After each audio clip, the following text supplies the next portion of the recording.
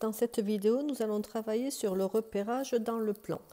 Donc, pour avoir un repère du plan, on reprend un petit peu la leçon, il faut avoir deux droites graduées qui se coupent, qui sont séquentes en l'origine. Et ici, on a un repère qui s'appelle orthogonal parce qu'ici, les deux axes sont perpendiculaires, ce qui est souvent le cas, ce qui est même tout le temps le cas en collège. Donc, repère du plan. Maintenant, comment s'appellent ces deux axes? Ici, vous avez l'axe des abscisses et celui-là, c'est l'axe des ordonnées.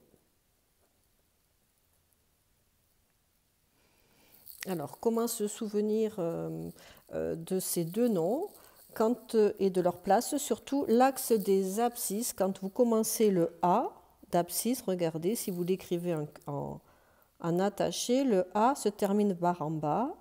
Et si vous continuez, vous avez l'axe comme ça horizontal. Et pour l'axe des ordonnées, que je vais écrire tout à fait en haut ici, le haut, quand vous l'écrivez, la boucle finit vers le haut et ça vous donne l'axe vertical. Ainsi, vous pouvez vous rappeler axe des abscisses horizontales, axe des ordonnées ici vertical. Quand vous avez un point du plan, ce point est repéré par deux nombres. Le premier, c'est son abscisse et le deuxième, son ordonnée. Donc, par exemple, si je prends le point A, que je vais écrire ici, on y va, A, axe des abscisses. Donc, je regarde ici, je vais mettre des pointillés pour le premier. Je vais sur l'axe des abscisses et je lis 3. Donc, son abscisse est 3. Je vais sur l'axe des ordonnées.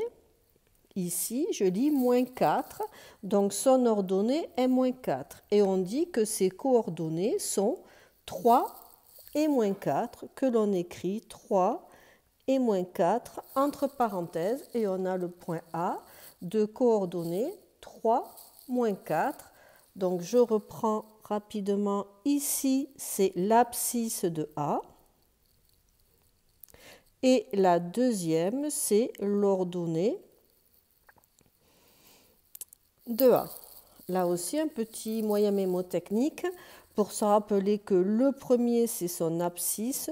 Le A, c'est la première lettre de l'alphabet, donc on le lit en premier. Je continue ici. Maintenant, il faut donner les coordonnées de B. Donc, on va sur l'axe des abscisses et on lit moins 3. On va sur l'axe des ordonnées et on lit moins 1. On continue avec C. C, c'est un peu particulier car il est sur l'axe des abscisses. Donc, on lit son abscisse et on voit que c'est 4. Par contre, pour aller sur l'axe des ordonnées, regardez, on se déplace comme ceci et on tombe sur 0. Donc, son ordonnée est 0. Et tous les points qui sont situés sur l'axe des abscisses ont pour ordonnée 0. Il nous manque le dernier point, c'est D. Donc, pareil, D se trouve là. On va sur l'axe des abscisses. On lit moins 5. On va sur l'axe des ordonnées. On lit 4. Donc, D a pour coordonnées moins 5, 4. Deuxième question. Maintenant, on va placer les points dont on connaît les coordonnées. Donc, E a pour coordonnées moins 2 en abscisse et 3 en ordonnée. Donc, moins 2 en abscisse, voilà le point. Ici, l'abscisse, c'est moins 2. Et 3 en ordonnée, c'est ici. Conclusion, à l'intersection des deux se trouve le point E. Quand vous êtes en parallèle par rapport à l'axe des abscisses, des ordonnées, et en parallèle par rapport à l'axe des abscisses.